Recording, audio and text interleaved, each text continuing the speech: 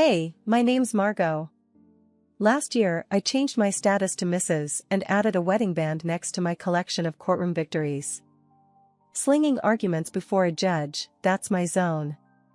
But dang, I never thought I'd need a defense strategy for family dinners. So, let me put you in the picture. My man, Tom, he's a mama's boy, and I get why. Mrs. Walters, his mom, is the queen bee of their hive. Did the single mom hustle, brought up 2 kids solo. Mad props for that. Sarah, his sister, well, she's another story, thinks she's the center of the universe or something. I remember walking into their place for the first time, Tom's arm around me like he's showing off a trophy. The living room's like a shrine, photos of Tom and Sarah plastered on every surface. It's cozy but feels like stepping onto a movie set where they've been playing house for years, and suddenly I'm the unexpected guest star. Mrs. Walters came at me with this tight-lipped smile. You know the kind, the one that says, I'm smiling because that's what I'm supposed to do, but I'd rather be scrubbing the bathroom grout with your toothbrush. Dressed in one of those floral numbers that just screamed I'm the matriarch. Margot, dear, Tom's told us so much about you, she said, sizing me up like I'm a car she's not sure she wants to buy. Yeah, I've been looking forward to meeting the famous Mrs. Walters. Tom's done nothing but sing your praises, I said, trying to thaw the room a bit. Oh, how sweet, Sarah chimed in. She'd been eyeing me like a hawk since I walked in. Tell us, Margot, how's the lawyer life? I picture you in court, like on TV, making bank. So how much do you actually make? I almost choked on my spit. Who asks that straight out of the gate? I laughed though, 'cause what else are you gonna do? You know, trade secret and all that. I shot back, not missing a beat. Mrs. Walters picked up the baton like it was a relay race. But surely you can give us a ballpark figure, for family. Tom shot me that please don't be mad look, but I kept my cool. If I had $1 for every time someone asked me that, I'd have enough to change the subject, I parried, topping it off with what I hoped was a disarming smile. Mrs. Walters snorted. Yeah, she snorted. Well, it's no secret what a teacher earns. Right, Tom? Mom, Tom sighed. Let's not do this now. Right, she said, waving her hand like she's dismissing a servant or something. Anyway, you'll be like family now, sharing is caring and all that. I slid a look at Tom. His help-me face was on full display. I knew then I wasn't just marrying Tom, I was enlisting in some low-key domestic Cold War. Couple weeks in, and I'm standing in our kitchen, apron on, pot simmering, trying out Mrs. Walters' famous chili recipe. Now, Mrs. Walters and Sarah have got this routine. They drop over unannounced like they forgot it ain't their house. Your chili needs more heat. Mrs. Walters picks at the ladle like she might catch something. And less salt. Watch your husband's blood pressure. Got it, I reply. Inside, I'm rolling my eyes so hard I'm seeing my brain. Sarah's there too, all leaned back on a stool like she's the Queen of Sheba. You see this spot, Margot? Cleanliness is next to godliness, isn't it, Mom? Mrs. Walters nods like it's gospel and Sarah's high-fiving herself in her head. Funny, I cleaned this place this morning, I say, swiping the spot off the counter. Must have missed that one. Tom's in the other room, clueless, probably deep in some video game or sports stats. So, I figure it's high time to fill him in on the home invasions. I poke my head in where he's slouched on the couch. Hey, you got a sec? What's up, babe? Tom flicks his eyes up for just a moment, poor thing, like he's afraid he might miss a crucial play. Your mom and Sarah, they come in, take over, nitpick everything I do. It's like they're looking for stuff to complain about, I let it tumble out. Margot, they mean well, you know? They're just... Tom scratches his head. I'll talk to them. They'll chill out. Back to the kitchen, and it's like walking into the final round of some cook-off where I'm the only contestant and the judges are out for blood. So, Margot, when's dinner? Tom must be starving. Sarah glances at me like I'm the help. Whenever the chili decides it's ready, I shoot back, but I keep my voice light. It's a tightrope walk. Dinner lands on the table, and I'm scanning their faces. Mrs. Walters stirs hers around, inspecting every bean like it holds the secret to the universe. Bit different from how I make it, Mrs. Walters finally says. That's code for nice try, but you're no match for me. Tom dives in though, bless him. Babe, this is awesome. Right, Mom? Sakai, Sarah mutters, and Mrs. Walters just shrugs like she's agreeing with the worst food critic. After they leave, Tom's slapping his belly, saying it's all good. I'm watching the door shut behind them, feeling tiny, like I'm losing at some game I didn't sign up to play. The next time they pop over, it's the same old tune, like nothing changed. I must have been dreaming to think a few words from Tom might turn the tide. Still, I ask him to talk to his mother about boundaries. I thought getting hitched was the hard part. Fitting into Tom's family? That's the real challenge. They've got their own idea of family, and I ain't in it, yet. If this is what married life is like, count me out of the honeymoon phase. It was one of those days where the clock seemed to tick slower than syrup drips from a bottle. That's when my phone decided to sing its little heart out. Glancing at the caller ID, my heart sank. It was Mrs. Walters. Again. Margot. Her voice was stern, and it did nothing for my headache. You think you can just snatch Tom away from us, huh? Her words stung like vinegar on a paper cut. I glanced over at Tom, hoping he'd at least flinch at his mother's tone. Nothing. He's glued to the TV screen, a statue with heartbeat. Mrs. Walters, it's not like that.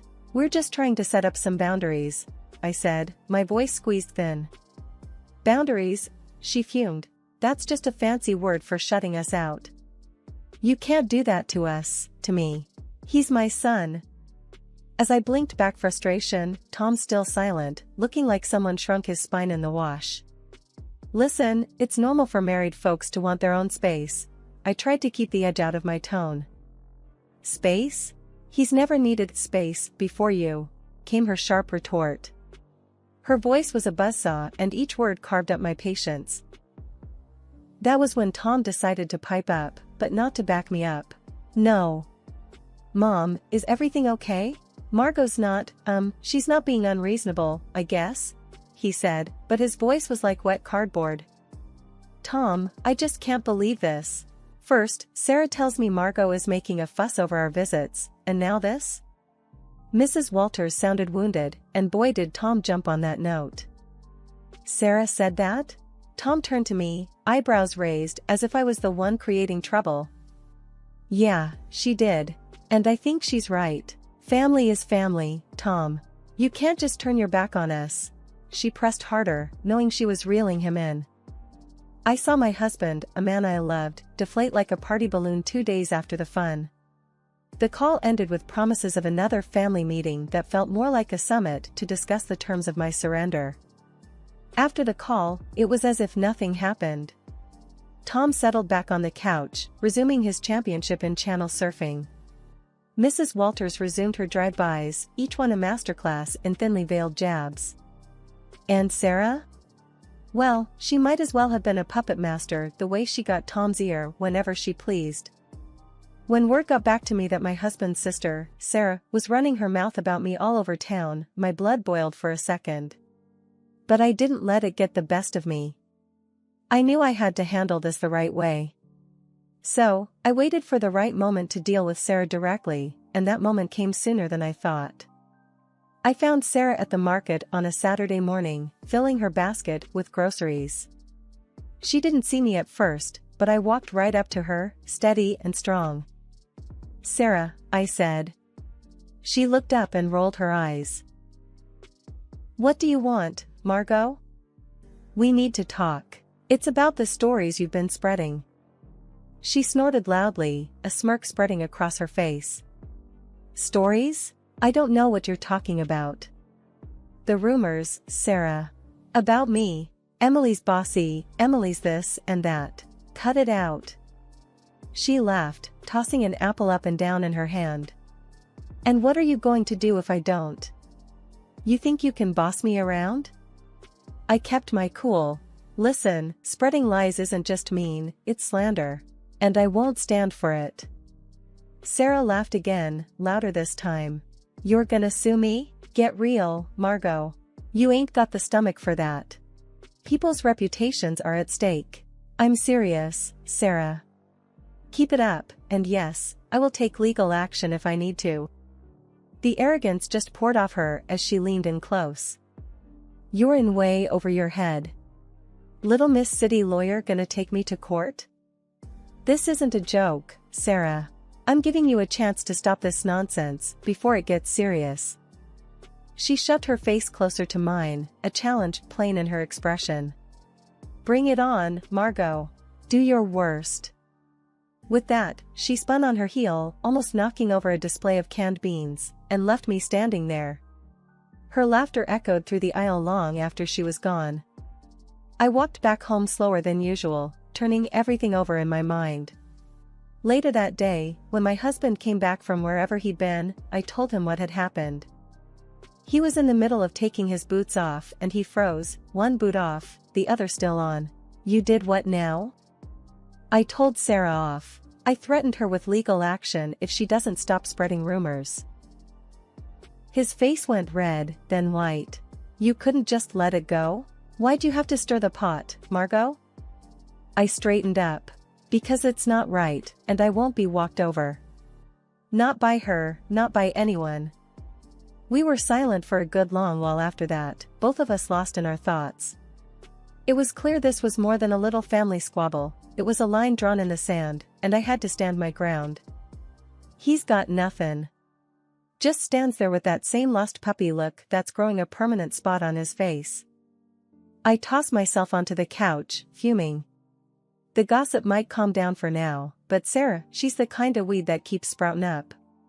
No tellin' when she'll start her yapin again. And Tom?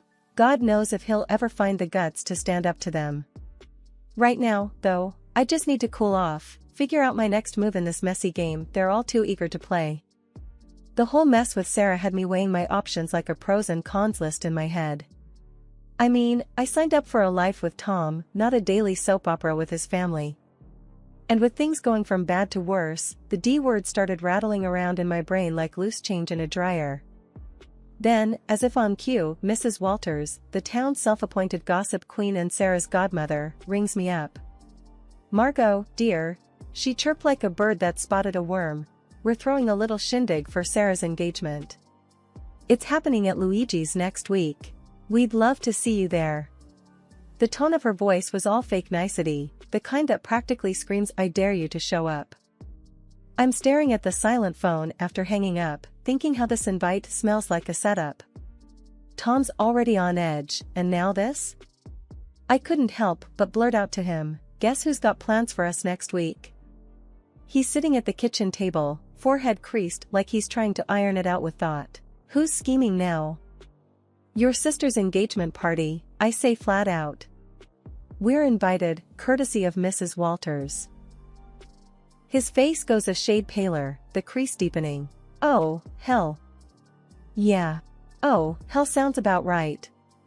So, what's the play here, Tom? We gonna roll over and play nice, or what? He's quiet for too long, and I'm not having it. Come on, spit it out. Tom finally looks up, his eyes are all serious. Margot, it's family. I think we should go.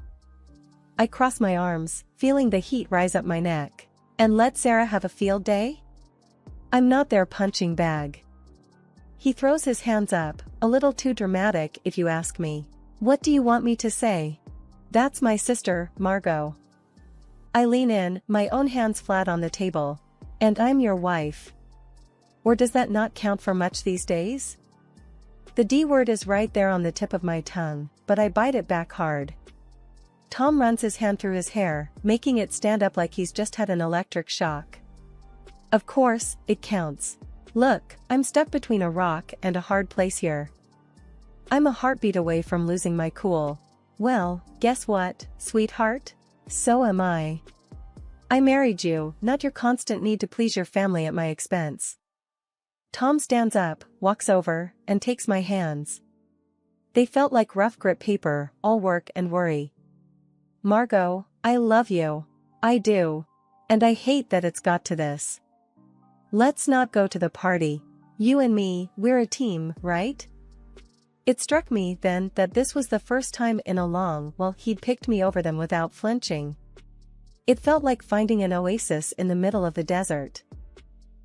That night, the thought of divorce quietly tucked itself away, not gone, but sleeping, sort of like a dog with one eye always open. But it was enough for me to catch my breath, to maybe believe that we could find some solid ground again. Luigi's was hoppin' when we showed up, walls throbbing with too loud laughter and clinking glasses. I spot Mrs. Walters right off, sitting queen bee style at the biggest table with that I rule the world look. There's Tom's sister, Sarah, all grins like she's won the lottery, and her guy, Mark, a sort of deer-in-headlights type trying to smile. His folks are with them too, stiff and awkward like they wandered into the wrong movie theater. Mrs. Walters zeroes in on me the second we step in. Margot, she uses, like I'm a 5-year-old who's not playing nice. You'll be taking care of the bill tonight, right? To show you're one of us. I just about spit out my drink. What? Why me? The table's all ears now, and the air's thick with that "oh, this is gonna be good" vibe. Mrs. Walters stretches her smile. Tradition, sweetheart. The newest family member always shows their commitment. My jaw clamps shut so fast I'm surprised I don't chip a tooth. Commitment? That sounds a whole lot like a shakedown. Everyone's perked up like hounds hearing a whistle, and there she goes, Mrs. Walters puffing up like I've slapped her. Excuse me? That's uncalled for. Tom leans in, his voice barely more than a spit of sound. Just do it, Margot. It's not a big deal. A big deal? I fire back, whisper turned to a snarl. No thanks. I ain't no one's piggy bank. He's hissing now, real quiet but clear. Pay the damn bill, Margot, or we're through. I mean it. My laugh's as sharp as a snapped wire. You're not serious? He's all stone face and tight mouth. You think I'm playing? I stare him down. Divorce over this? He's all, family first, Margot. I'm shaking my head, and where do I fit, huh? It's showdown time, and even Mark and his parents are watching, their faces screaming what the hell's going on? I push back my chair and stand, let them all get an earful. No, I ain't doing this dance, I say, voice like a hammer on steel. There's shock on their faces, some whispering, some wide-eyed. Tom's going red, white, red, like a stoplight losing its mind. Mrs. Walters looks like she might choke. I walk out into the night. It's black and cool and smells like freedom. I hear the door slam behind me, my heart's doing a 100-yard dash, but it's Tom who flung the D word, not me. The bar was nothing special, just another hole in the wall with dim lights and the smell of old beer. I had barely settled with a glass of something strong when my phone rang.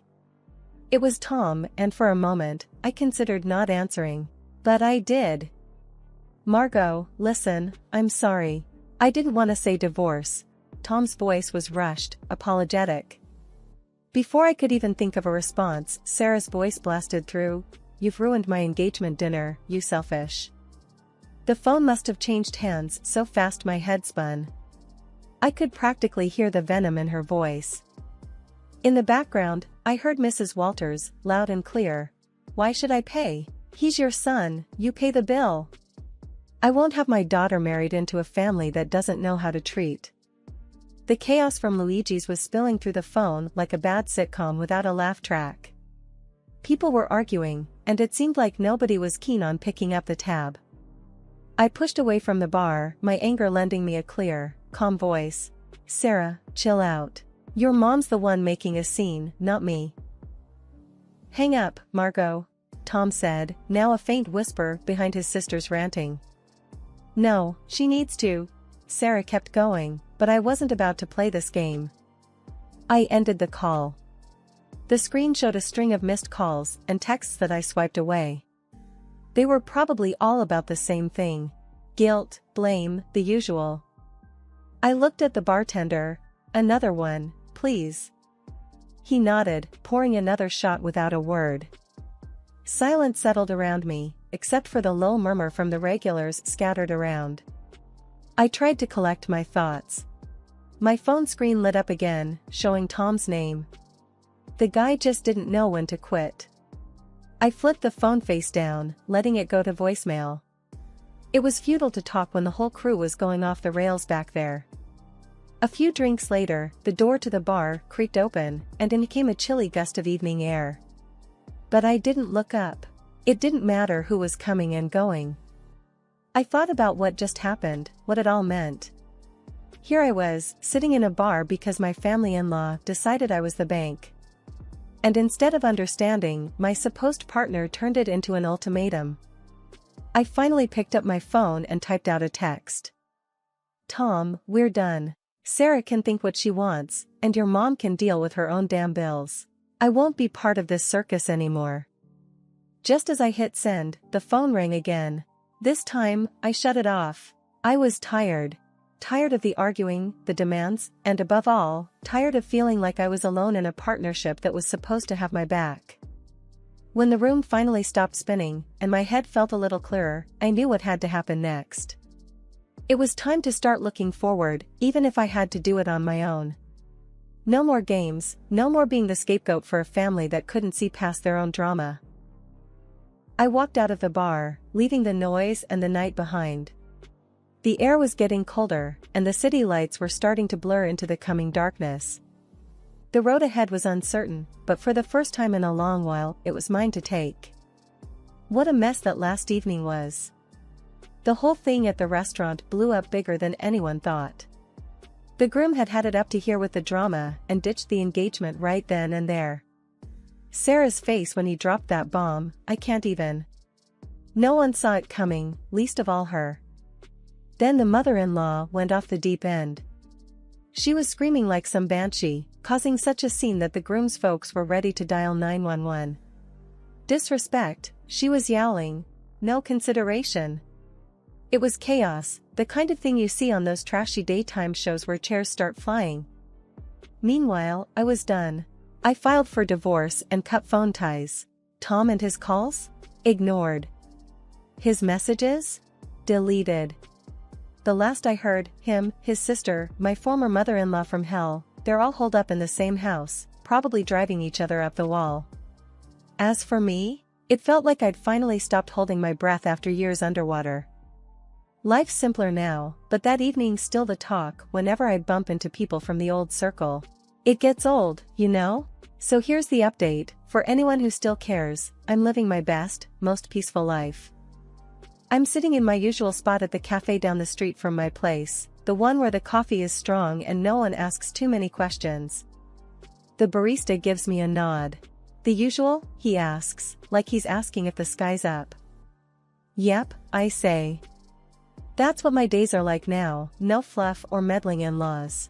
Work's a breeze when it's just that, work. Free time is mine to enjoy without a side of guilt trips or obligations. I curl up on my couch, that one piece of furniture that's followed me through all the moves. The springs are shot to hell, but it fits my back just right. I flip on the TV, watching some crime show where they catch the bad guys by minute 40. The peace is what gets me. Not eerie or lonely, just peace. Breathe in, breathe out. No more walking on eggshells or cleaning up family feuds. This is living. When I hit the pillow each night, it's with a sense of I did it. No pat on the back needed. I know my worth, and finally, I'm living like it.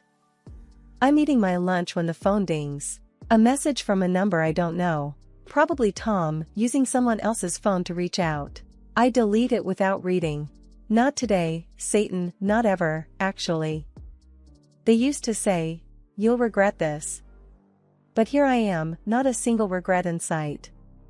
The day drags out, cozy and fine, and it ends with a glass of something smooth and a book I've been meaning to read. The heroine's tough, but fair, reminds me of someone I know.